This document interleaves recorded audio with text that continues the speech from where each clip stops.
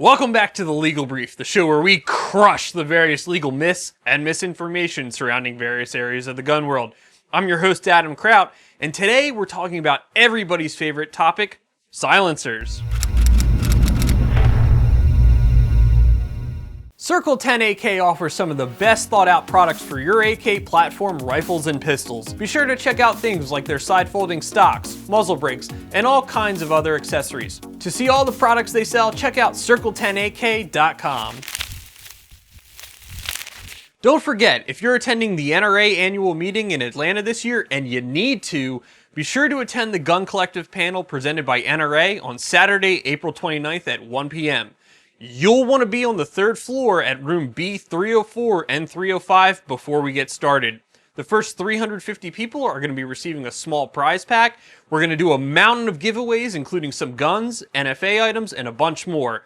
You can ask us anything you want. And the panelists include myself, John Patton, 4 Guys Guns, Military Arms Channel, 22 Plinkster, Iraq Veteran 8888, and more.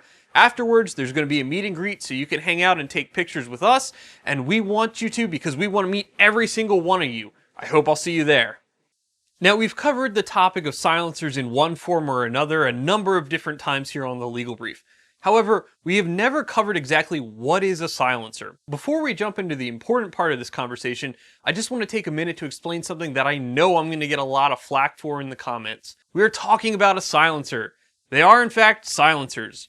For those that don't know, Hiram Percy Maxim is the man who invented them.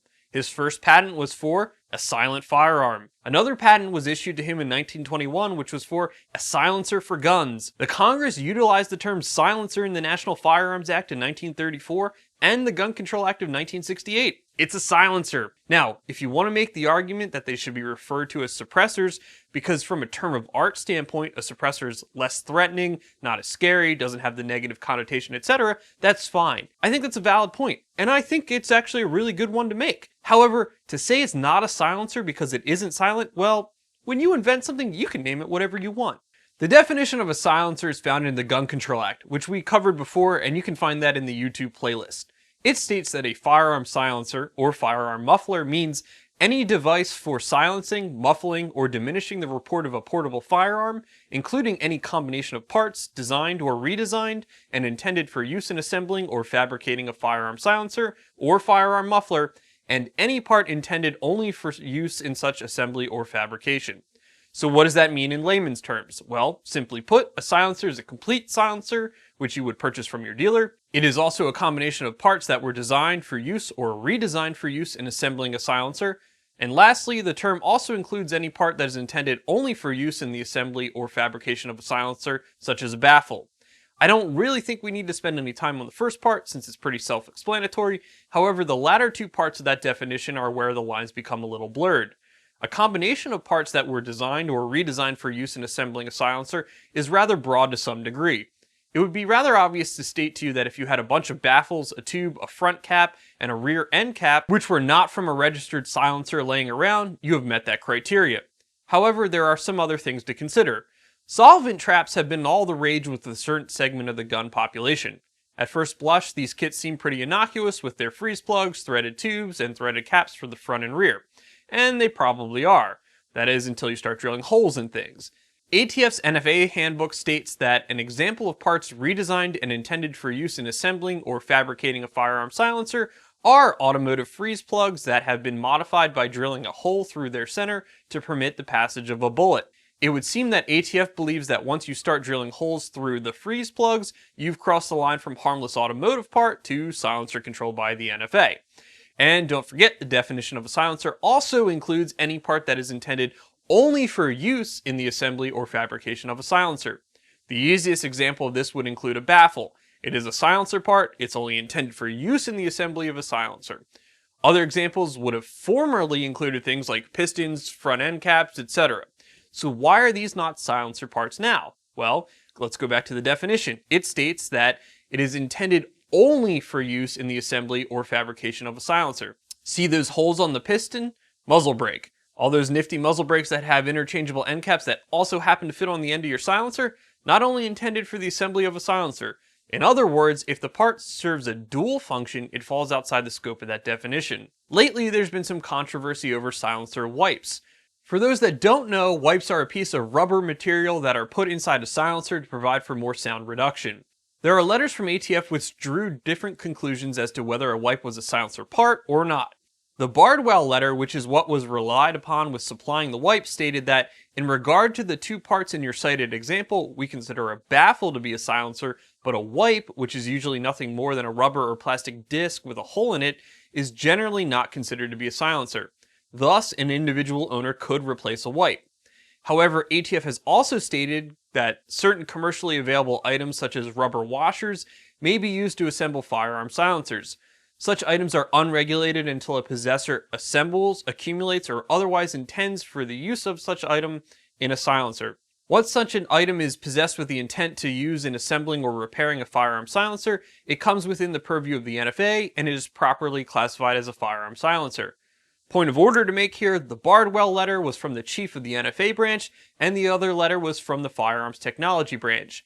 Based upon ATF's unofficial communication and that FTB letter, it's probably a safe bet to say that you don't want to have extra wipes laying around. Even better, look at the determination letter that I've included, which states that Chore Boy scouring pads may be a silencer part as well. Go figure. For those of you who want to know if you can currently build your own silencer, the answer is yes. You just need to fill out a Form 1, submit it to ATF, and after it's been approved, construct your silencer. It's perfectly legal to make your own, and yes, you must mark it in accordance with the regulations. Just a note of caution though, if you possess solvent traps and jigs to make the appropriate holes, etc., without that approved Form 1, you could potentially find yourself entering the world of constructive or presumed intent.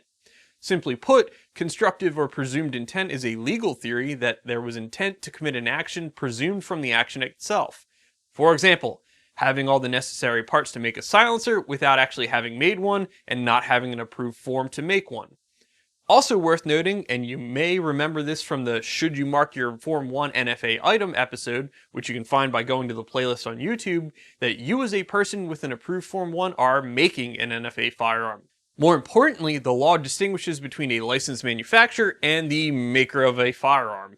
A manufacturer who is licensed under the Gun Control Act and has paid the special occupational tax to manufacture NFA firearms may replace a component part or parts of the silencer. However, you as a Form 1 maker of a silencer may not. The reason you cannot replace the component parts of your homemade silencer goes back to that definition. Remember, any part that is intended solely for use in the assembly of a silencer is a silencer for the purposes of the Gun Control Act and NFA. In other words, you would need to obtain another approved Form 1 for that single part. You can see more about this in the attached letter from FTB. And for those of you who ran out to buy those oil filter adapters and either filed a Form 1 or transferred those on a Form 4, that means you can't just simply replace the oil filter when it's used up. Additionally, silencer repairs are limited to some degree. A licensed manufacturer who has paid their SOT cannot repair the outer tube, can't lengthen it, and cannot change the caliber of the silencer. I've included a list of frequently asked questions from ATF in the description. As you can see, under the law, silencers are not only limited to the end product, but it cover a large number of things. Hopefully that gives you a better understanding of what a silencer is. If you guys like this episode, you know what to do. Hit that like button and share it around with your friends. Have a question you want answered on the show? Head on over to the legal brief section on theguncollective.com.